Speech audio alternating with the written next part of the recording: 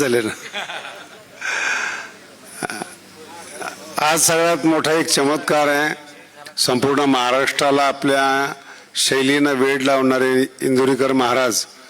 मला सगळ्यात मोठं आश्चर्य वाटतं, पुढचा जो इंदुरीकर आहे तो सगळ्या बुद्धिमान लोकांना गार करणारा असेल ही माझी खात्री. कारण की गडावर शिकायला कृष्ण आहे आणि अतिशय सुंदर अभ्यास करतो.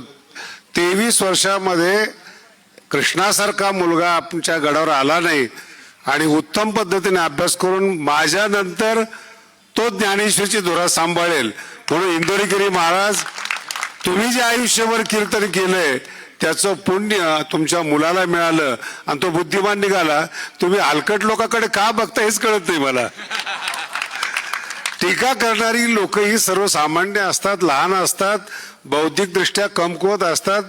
त्यांना वैभव सहन होत नाही, हत्तीचं वैभव सहन होत नाही आणि हत्ती आला तर लोकांना कळावं म्हणून भुकणारे पण पाहिजे.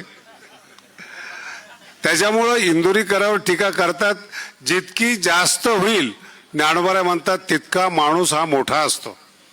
म्हणून येत्या नवीन इंदुरीकराचं आपण सगळ्यांनी स्वागत करा.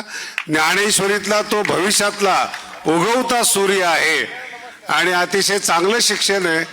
आपल्या सगळ्याला कल्पना आहे, मी विनाकारण स्तुती करत नाही, पण खरंच आमच्या भगवानगडाचं भाग्य आहे इंदुरीकर महाराजांनी तो मुलगा देऊन ज्ञानेश्वरी भविष्यातलं माझं टेन्शन कमी केलं.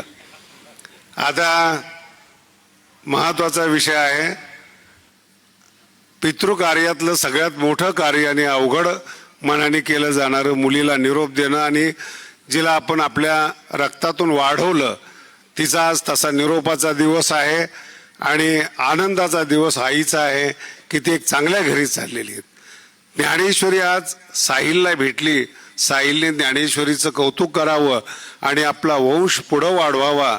माऊलीचा आशीर्वाद त्यांच्या पाठीमागे राहील. जास्त न बोलता आपल्याला सगळ्याला वेळ झालेला आहे.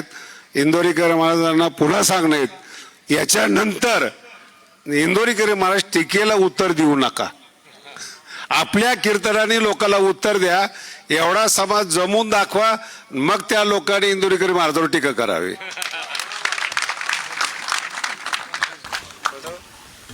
आंधी आती